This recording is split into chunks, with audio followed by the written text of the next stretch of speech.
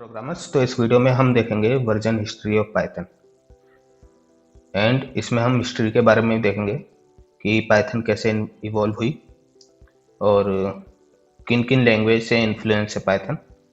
And उसके बाद ही हम देखेंगे इसकी वर्जन हिस्ट्री के बारे में कि पहला वर्जन, दूसरा वर्जन, तीसरा वर्जन किस डेट को आया। ठीक है, तो मैं स्टार्ट करता हूँ अब।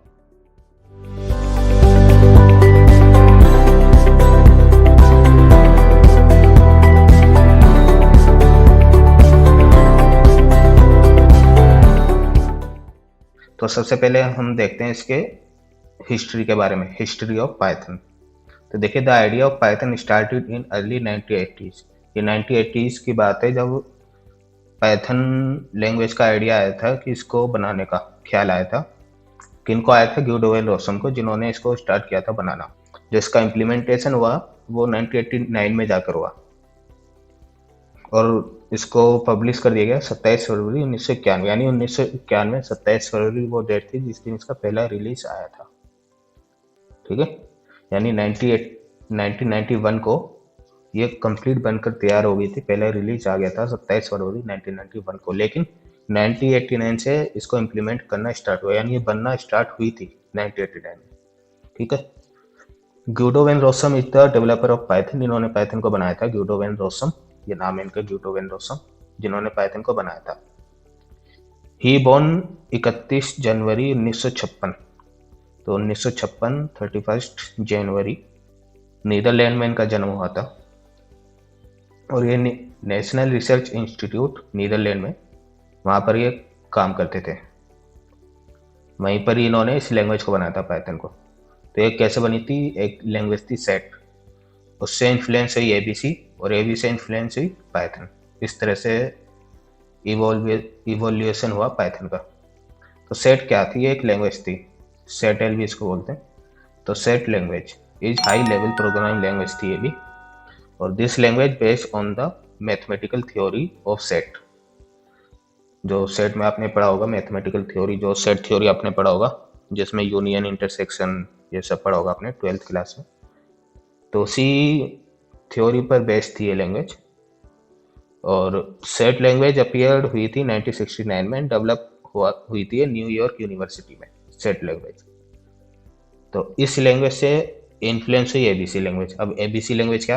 तो देखिए अगली लाइन में लिखा होगा, ABC language influence by set L language, यानी सेट लैंग्वेज से इन्फ्लुएंस हुई थी, जिसको डेवलप हुई थी Centrum Wiskunde and Informatica research organisation में, intend to replace basic and Pascal. यानी दो लैंग्वेज उस टाइम पर चलती थी जब ये एबीसी लैंग्वेज बन रही थी, बेसिक और पास्कल।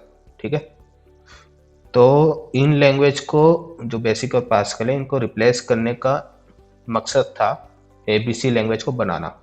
ठीक है, तो एबीसी लैंग्वेज को बनाया गया, इसमें काफ़ी सारे फीचर, कॉन्सेप्ट वही डाले गए जो सेट लैंग्वेज में थे। तो इसीलिए लिखा है ABC language influence by SETL was developed by CWI, यानी Centrum Wiskunde and Informatica research organisation, intend to replace basic and Pascal. ये दो लैंग्वेज थी जिनको रिप्लेस करने के लिए एबीसी का जन्म हुआ।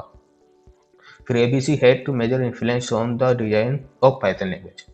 और उसके बाद क्या हुआ? फिर पाइथन लैंग्वेज जब बनी तो एबीसी लैंग्वेज के ही कई सारे कॉन्सेप्ट को उठाकर पाइथन में डाला गया और उससे ये पूरी इन्फ्लुएंस है। यानी एबीसी के जो सिंटेक्स हैं काफ़ी हद तक वैसे ही पाइथन सेम मिलेंगे। ठीक है, तो पाइथन लैंग्वेज इन्फ्लुएंस है एबीसी से। तो Guido previously working for several years on the ABC system in the early 1980s। तो देखिए, ग्यूडो वेन रोसन जिन्होंने पाइथन बनाई थी, वो भी पहले एबीसी, क्या लिखा हुआ, Guido previously working on the several year, ABC system जो लैंग्वेज बनी थी उसके सिस्टम पर ही प्रीवियसली कई ईयर तक इन्होंने वर्क किया था ग्यूडो वेन रोसन ने। तो इसलिए उन्होंने काफ़ी कुछ सीखा होगा, ना से आइडिया ले लिया होगा और एक नई लैंग्वेज फिर उन्होंने बनाई, क्योंकि उन्होंने देखा होगा कुछ खामियां हैं अभी एबीसी लैंग्वेज में। तो उसके बाद फिर उन्होंने एक नई लैंग्वेज बनाई जिसका नाम इन्होंने रखा पाइथन। तो Guido is currently working in Dropbox company since 2013।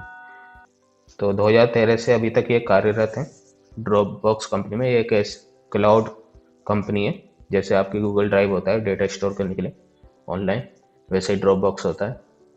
तो ये उस कंपनी में काम करते हैं।